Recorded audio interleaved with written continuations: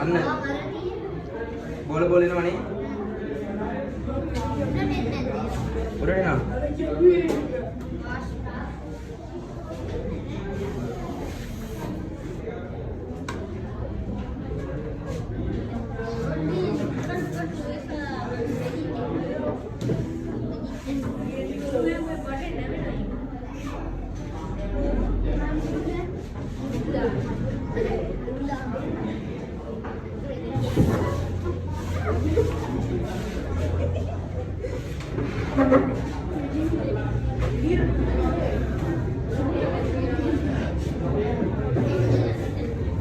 මේ ඔයාලට බලන්න පුළුවන් මෙතනින් මොනවා පිට වෙනවද? හා? දුම කියන්නේ මොනවද? ජල වාෂ්ප. මොනවද? ජල වාෂ්ප. මේකට තමයි අපි මොකක් කියලාද කියන්නේ? මේකට අපි මොකක් කියලාද කියන්නේ? ඈ? මේකට අපි මොකක් කියලාද කියන්නේ? ඈ? මේකට අපි මොකක් කියලාද කියන්නේ? ඔව්. මොනවද මේ? ජල වාෂ්ප. නේ?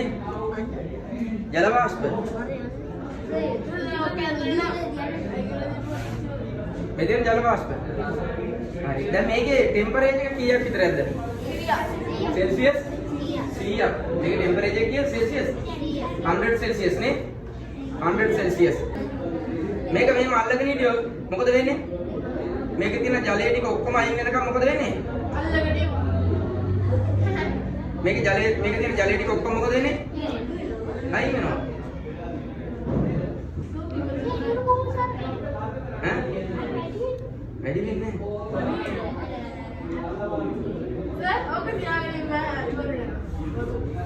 මේකට කියන්නේ මොකක්ද? බොයිල් වෙනවා කියලා. රත් වෙනවා. බොයිල් නේ? Boiling point. එතකොට මේ ලික්විඩ් එක මොන බවටද කන්වර්ට් වෙන්නේ?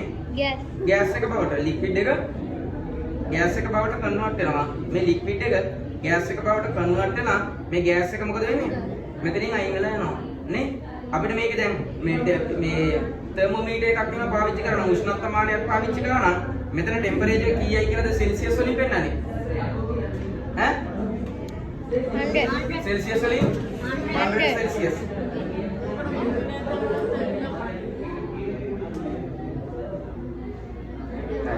ඇති නේ?